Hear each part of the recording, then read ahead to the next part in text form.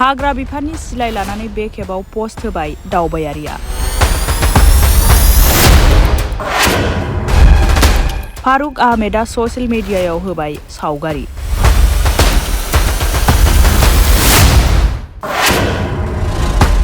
माबोरै बिफानारि सामलायगिरिनि सिलायखौ लानो मोनखो दावबायारि फारुक आहमेदा?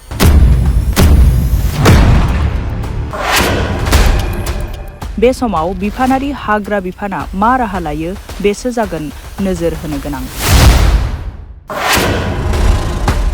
हायुङारि मानास हाग्रामानि पानबारि रेन्जआव होननानै ससियेल मिडियायाव फट' आपल'ड।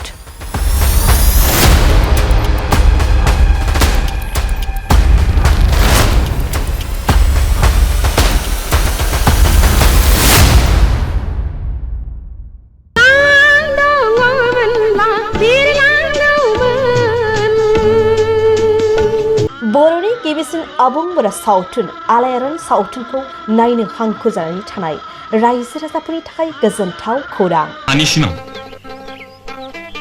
गावबा गावनि आंलाय आंनिसो सानदोंमोन। आलायारन सावथुनखौ अनसायगिरि रायजो राजाफोरनि थाखाय बाङाय बेसेनावनो दिन्थिनो थांखि लादों बड'सा फिल्म प्रडाक्शना।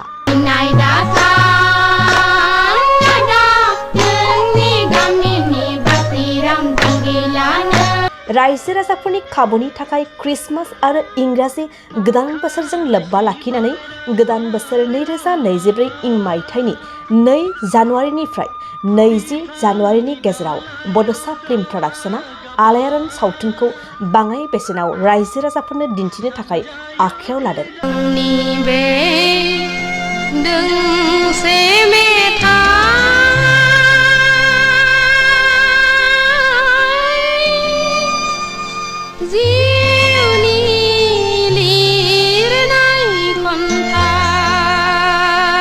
फैगौ 2 जानुवारिनिफ्राय 20 जानुवारिनि गेजेराव सिगाङाव लानाय बेसेननिख्रुइ गोबां खमसिन बेसेनाव आलायारन सावथुनखौ लांनानै रायजो राजाफोरनो दिन्थिनो हागोन। सुदेम बार बारनाय गोजोनग्लायनाय समाव बिरलाङो गोसोआ नोंनि सेराव। क्रिसमास आरो इंराजि गोदान बोसोरजों लोब्बा लाखिनानै आलायारन सावथुनखौ अनसायगिरि रायजो राजाफोरनि थाखाय बाङाय बेसेनावनो दिन्थिनो थांखि लादों बड'सा फिल्म प्रडाक्शना।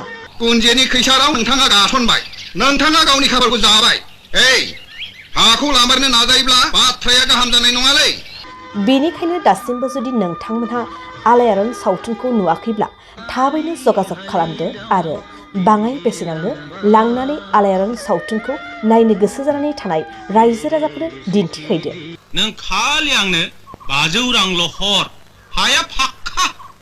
नोंथांमोना आलायारन सावथुनखौ सिगांनि बेसेननिफ्राय गोबां खमसिन बेसेनाव लांनो थाखाय 8453766183 9678616741 आरो 7896298145 मबाइल नम्बराव फोनांजाब खालामदो।